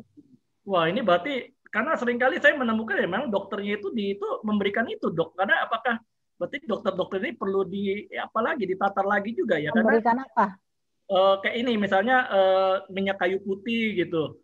Jadi ada yang misalnya lagi di safe house gitu ya, mereka disuruh minum misalnya ada air kayu putih yang diteteskan, terus juga kayak misalnya ada yang saya tangani juga gitu ya, jemaat ini yang disuruh dokternya dikasihkan air kelapa degan hijau, terus dicampur madu 7 sendok, dikasih garam. Nah itu bagaimana dok minum 2 kali sehari gitu.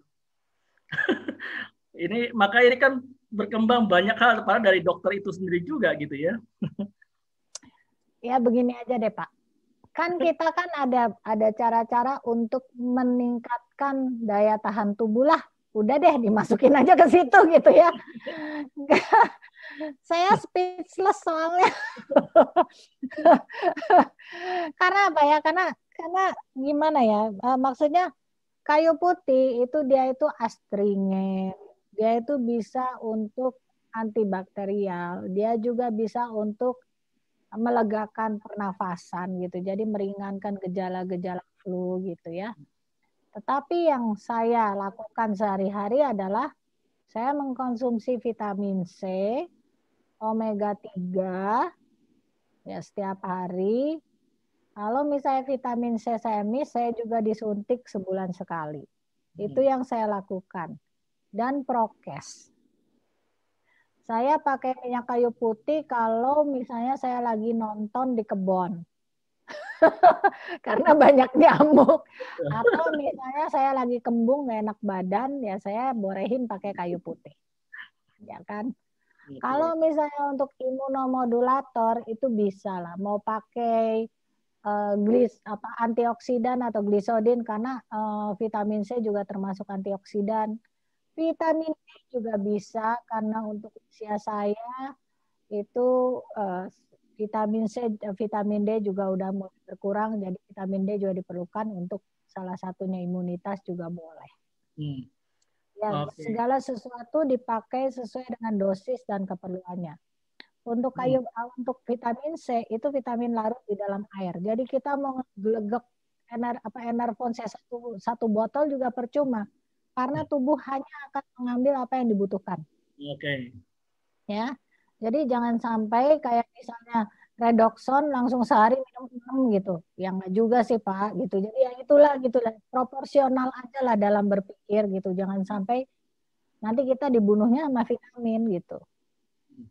Ini membantu apotek juga, semakin laku apoteknya. Nah itu saya nggak berani ngomong itu di situ. Nggak ikut-ikutan Pak kalau saya. Nah ini memang ya Bapak Ibu, waktu memang sudah menunjukkan pukul 8 ya, tapi mungkin pertanyaan apabila ada yang mau bertanya lagi, saya stop sampai sini ya gitu ya. Jadi kita coba tambahkan beberapa waktu lagi, mungkin sekitar 15 menit untuk menjawab beberapa pertanyaan terakhir ya yang masih tersedia ya, supaya yang beberapa masuk ini masih bisa terakomodir ya. Jadi Bapak Ibu yang mungkin sekarang berpikir, saya mau tanya lagi, mungkin di stop dulu, ditahan dulu ya. Nanti kan ramai soalnya ya. Sampai jam 12 malam kita tidak selesai ini. Ya, oke Dok, ini ada pertanyaan lagi dari Pak Agung Gunawan. Ya, ini apakah mungkin tadi sudah dijawab ya? Mungkin nggak apa-apa saya tanyakan lagi. Ya. Apa yang menyebabkan angka CT seseorang? Apakah itu penyakit? Apakah penderita COVID dengan CT di atas 30 berarti dia sudah mau sembuh? Ini mungkin 2 pertanyaan gitu ya. Kalau sudah mau sembuh kemungkinan, tapi kita harus lihat tren CT-nya itu naik apa turun. Kan biasanya diperiksanya itu kan 2 kali ya. Kalau sakit pada saat awal, CT awal, atau pada saat mendingan itu gejalanya CT akhir. Kalau trennya meningkat dari 15 ke 30 ya berarti dia kemungkinan besar akan sembuh. Tapi kalau dari 30 turun jadi 20 ya kemungkinan malah tambah berat. Kalau misalnya di atas 30 kemungkinan memang dia pasti akan sembuh. Tetapi bukan berarti dia tidak menularkan virusnya, tetapi minimal. Menularkan virus masih ada tapi minimal gitu. Jadi bukan berarti kalau udah di atas 30 langsung enak-enak ngomong nyembur-nyembur gitu ya nggak juga sih Pak. Oke. Oh iya, berarti ini ya Dok ya, maksudnya kita butuh memastikan ya. Tadi kan kalau dikatakan kalau sudah tes PCR sekali lagi kita butuh memastikan ya untuk kedua kali ya, apakah itu tetap negatif ya. Karena ini kembali lagi mungkin ujung-ujungnya duit ya. Karena tes PCR itu kan mahal sekali gitu. Dan mungkin orang-orang tidak mampu. Apakah memang dengan mereka tes PCR dan menyatakan negatif, berarti itu sudah aman. Karena kalau tadi kan berarti kan artinya belum tentu aman kan. Gitu ya. Kalau PCR negatif itu berarti CT-nya di atas 40. Oke. Pasti itu langsung keluar hasilnya negatif. Artinya itu sudah aman itu ya, virusnya sudah mati ya. aman, tapi aman, virusnya bukan sudah mati, virusnya sudah tidak ada. Oke, baik. Ini pertanyaan lagi, Dok, dari Mary Natalia ya. Ini jika ada keluarga kita yang positif, ini bagus juga nih. Dan tidak perlu, ini kan isolasi mandiri ya. Nah, ini kiat apa saja yang perlu kita lakukan seperti prokesnya gitu. Kita kan masih sehat gitu. Nah, Prokes ini di bagaimana luar nih? terapkan di rumah. Prokes di luar terapkan di rumah. Oke. Berarti kita tidak apa-apa ya, masih memberikan makanan gitu, tapi mungkin tanpa bersentuhan, kita masker itu sudah cukup gitu ya buat kita ya. Prokes di luar, tetapkan di rumah. Oke. Jaga jarak, ya kan? Masker, higiene, sudah. Kalau bisa, ya kita ya saling menyiapkan segala macam itu terpisah, ya kan? Tapi kalau orangnya sudah tua atau apa, ya kita harus benar-benar prokes. Gitu loh. Prokes di luar, terapkan di rumah. Kalau merasa tidak yakin, ya udah ke hotel. Mana yang mau di hotel gitu kan, ya kan? Tapi kan untuk orang tua juga kasihan, nggak bisa kayak gitu. Siapa yang mau ngurus nanti? Ya kan, kalau orang tua kita yang kena, ya kita rawat dengan prokes. Sekalian kita harus ada masker di rumah mau nggak mau. Iya, tapi hotel sekarang pun juga tidak terima, Dok. Mereka juga takut karena gini, menyembunyikan pasien. Kalau misalnya kita itu bisa menseleksi pasien OTG dan gejala ringan itu di rumah, kita berarti bisa menseleksi rumah sakit itu nggak berat gitu loh.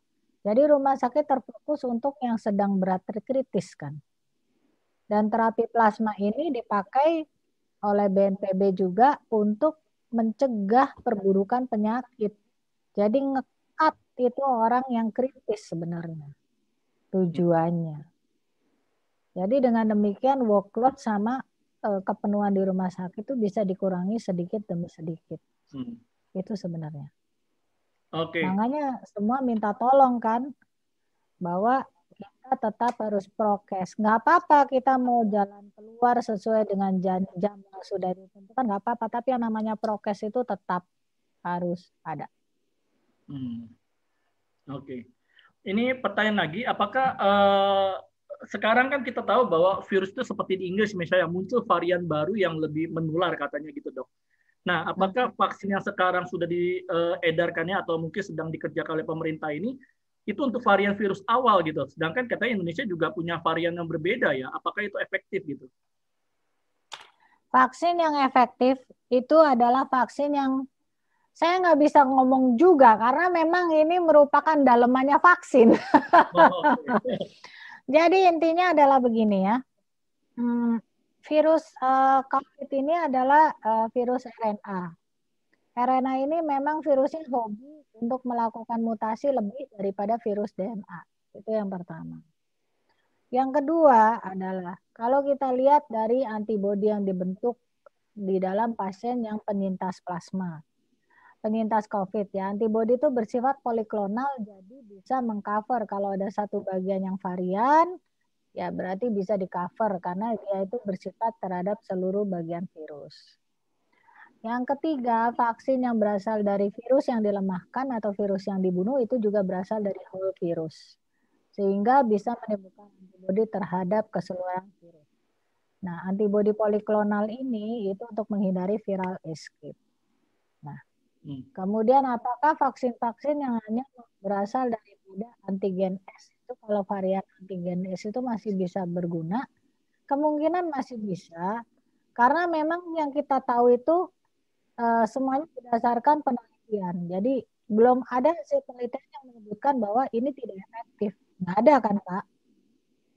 Kita hanya bisa mengambil kesimpulan itu efektif setelah vaksinnya diberikan dan kemudian dilihat setahun ke depan. Sama seperti apakah antibodi yang ditimbulkan vaksin ini sampai berapa lama ya? Saya nggak bisa ngejawabnya karena memang belum diaplikasikan kepada masyarakat banyak gitu. Baru sekarang. Itu seperti itu. Oke. Mungkin terakhir ya, nih karena saya lihat beberapa pertanyaan sudah dijawabkan. Oke, saya ingatkan kembali Bapak Ibu ya, memang karena waktu juga kita sudah habis ya. Bagi Bapak Ibu tadi yang pertanyaan sama, mungkin saya tidak tahu apakah memang masuknya terlambat ya atau kurang menyimak dari awal. Silakan ya, ini nanti Zoom Talk kita ini akan kita upload ya di channel YouTube GKT3. Jadi silakan Bapak Ibu yang mungkin miss, ada yang ketinggalan, ada yang kelupaan gitu ya. Silakan bisa ikuti kembali supaya dapat informasi yang lebih jelas ya, karena ini sangat bagus sekali dan baik sekali untuk kita. Ya mungkin pertanyaan terakhir Dok ya sebelum kita tutup ya, karena waktu juga, minta maaf Bapak Ibu. Nah ini mungkin bisa dijelaskan sekali lagi Dok. Nah ini kan kita yang muncul kan di ketika kita mau tes COVID itu kan ada serologi lah, ada antigen gitu ya, ada PCR. Nah apa itu bedanya masing-masing supaya paling enggak kita tahu. Kalau tes rapid antibody itu untuk mengetahui antibody yang berada di dalam tubuh kita, yaitu apakah ada antibody IgM atau IgG. Tes rapid antigen itu kan pakai swab terus diudek-udek terus keluar hasilnya 15 menit. Itu untuk mendeteksi apakah ada virus atau partikel virus di dalam tubuh kita, tetapi secara cepat. Tes swab PCR itu adalah golden standard atau standar baku emas, yang merupakan pemeriksaan yang memang standar untuk menentukan ada tidaknya virus. Karena apa? Karena dia memang sensitif, bisa mendeteksi 8 sampai minimal 8 kopi daripada virus. Ya kan? Jadi itu adalah mendeteksi virus ada atau tidak. Tetapi swab PCR ini tidak bisa menentukan pada saat dilakukan pemeriksaan apakah virusnya hidup atau mati. Jadi hanya ada atau tidak. Kalau dibandingkan antara tes rapid antigen dan tes swab antigen, itu jelas standar baku emasnya adalah tes swab antigen. Tes rapid antigen itu hanya untuk pemeriksaan screening atau pemeriksaan cepat saja. Itu seperti itu. Oke, jadi ini cukup jelas ya Bapak Ibu ya buat kita semua supaya tidak ada lagi yang bingungkan apa itu serologi, apa itu antigen ya, PCR dan segala macam. Oke, baik. Waktu juga kalau misalnya memang mau ada penjelasan yang lain, ada di YouTube saya juga ada, tinggal cari aja Dokmo YouTube-nya, itu semua penjelasan mengenai interpretasi rapid antibody lah, mengenai apa sih standar-standar yang lain, semuanya ada di sana, tinggal ke sana aja. Oke, YouTube-nya namanya tadi apa Bro? Dokmo. Dokmo ya, DOKMO. Oke, Dokmo ya. Iya. Oke, silakan banyak Bapak juga sih soalnya beritanya, jadi kadang-kadang tinggal klik aja Dokmo atau Teresia Monika Raharjo atau Dokmo tuh udah ngederet gitu. Oke. Saya juga nggak tahu, baru tahu tadi pas suami saya, ini berita tentang kamu banyak banget. Oh iya, saya nggak pernah lihat-lihat soalnya. Iya, oke, baik. Terima kasih sekali lagi sama-sama Monika ya. Mau nggak mau memang waktu yang harus membatasi kita ya. Sekali lagi izinkan saya mewakili seluruh hamba Tuhan, majelis ya, bahkan jemaat GKT3 mengucapkan terima kasih ya untuk pelayanan. Sama-sama. Dokter, kiranya dokter terus dipakai oleh Tuhan ya, membantu begitu baik pasien dan mereka boleh sembuh dan kembali beraktivitas dengan baik ya. Amin. Salam kami juga untuk para tenaga kesehatan yang lain, biarlah yang tetap berjuang gitu ya untuk menolong para pasien. Tuhan juga boleh memberkati setiap mereka ya, menyertai mereka supaya tetap diberikan kekuatan dan kesehatan ekstra. Oke. Baik, terima kasih Bapak Ibu juga yang sudah bergabung bersama dengan kami malam hari ini. Saya melihat antusiasnya luar biasa ya. Nanti kita akan pikirkan kembali kalau memang ini kita akan adakan lagi atau tidak ya, dan mungkin dengan topik yang berbeda ya. Tapi tetap dengan seputar COVID ya, untuk menambah wawasan kita kembali ya. Silakan boleh kunjungi juga ya tadi YouTube Dr. Monika ya di YouTube, ataupun juga nanti Zoom Talk kita ini akan saya upload di channel YouTube GKT3 ya. Silakan boleh kunjungi dan Di situ juga ada beberapa waktu yang lalu kita juga sudah mengundang Dr. Maharani, Tri Maharani juga ya berbicara tentang COVID. Silakan juga boleh dilihat lagi. Jadi hampir sama ya. Di sini ada Pak Ali Salim ya. Apakah mungkin Pak Ali Salim bisa tutup kita di dalam doa ya, karena di layar saya pas ada Pak Ali Salim ya. Oke, mari sama-sama kita berdoa. Tuhan, kami mengucap syukur Tuhan untuk perjuangan